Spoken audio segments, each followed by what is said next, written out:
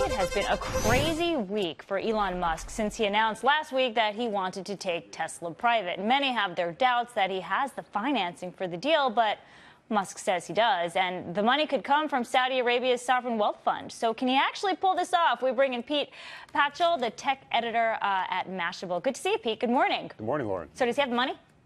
Well, that's a very, very good question. I got to tell you, Elon Musk is the king of tweet first, figure out the plan later, which definitely seems like this is what has been going on here. We saw it with the Boring Company, we saw it with the mini sub stuff that he was doing about a month ago, and now he's doing it with this plan to take Tesla private. So the thing is that a blog post he put up yesterday clarifying what he was tweeting about last week really read like a confession to me. Yeah. Basically, he was saying that, okay, I met with the managing director of the Saudi fund, and he essentially got a verbal agreement that they would provide the funding, but this isn't kindergarten. I mean, you kind of need to have some signed documents, some lawyers involved, some due diligence before making comments that move markets.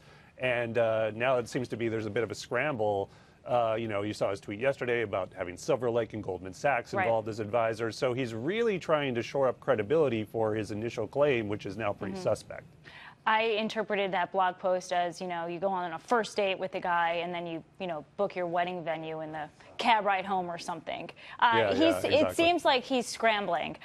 Morgan Stanley's Adam Jonas says that as he looks to take Tesla private, and I'm curious how you think, if he has the money, how this actually works, how long it takes. But Adam Jonas says he might have to use his stake in SpaceX in some sort of partnership. That's stake is valued at about $15 billion, according to reports. Well, yeah, and the flip side of this whole interpretation that I was just describing is that Musk is so influential and so, is in charge of two powerful companies that even when he does make these suspect claims, he does have enough resources at his disposal to sort of flip things around and really push forward with these outlandish plans. So in terms of how long it would take, it's hard to say, but I honestly don't think once the funding really is secured, it wouldn't take terribly long.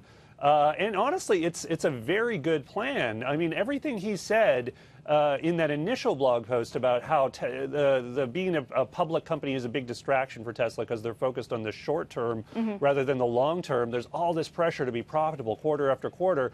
Really is a distraction for a company that is still relatively young. They're doing these, they're making big bets. They need to have that flexibility to, make these long-term investments, and it's probably a better case to have it private. And there's enough Tesla fans that with a lot of money and a lot of influence that can make it happen fairly But what quickly. about the shareholder fans that have stuck with this company as they burn through cash is the flip side of that. Pete, we don't have any more time to discuss, but I could talk to you for hours about this. Thank you so much for joining us this morning. My pleasure.